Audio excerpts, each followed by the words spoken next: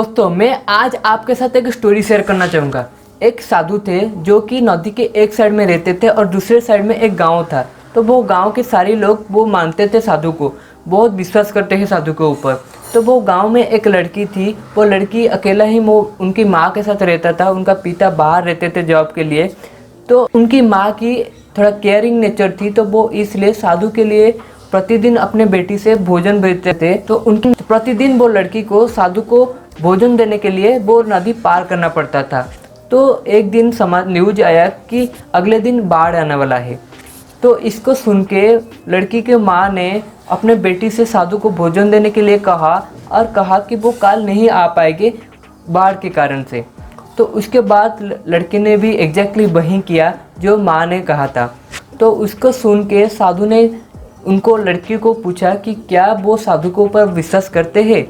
तो लड़की का जवाब आया कि हाँ। तो साधु ने उनको बोला कि तब आपको बाढ़ से डरना नहीं चाहिए और विश्वास है कि तुम नदी पार कर जाओगी।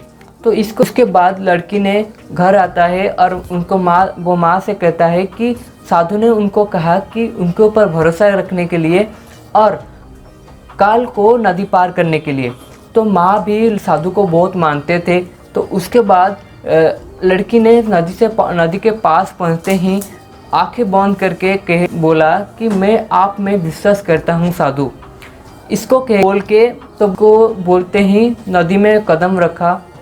तो उसके बाद वो नदी पार कर लिया और साधु के पास पहुँचा और उसको साधु को भोजन दिया और साधु को धन्यवाद दे के बोला कि मैं विश्वास के कारण मैं नदी पार कर लिया। इसको सुन के साधु ने चकित हो गए। साधु ने सोचा कि ये कैसा नदी पार कर सकता है।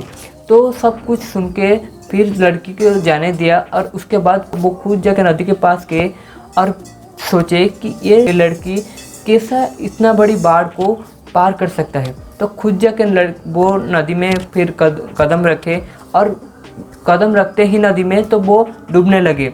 तो सोचो ये कैसा हो सकता है। अगर एक लड़की वो नदी को पार कर लिया है तो क्यों नहीं साधु ने क्यों नहीं कर पाया।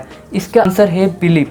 तो इसलिए विश्वास रखना चाहिए अपने ऊपर, भरोसा रखना चाहिए ऊपर। विश्वास और भरोसा रखेंगे, खुद के ऊपर हम रखेंगे तो असंभव काम भी संभव हो सकता है।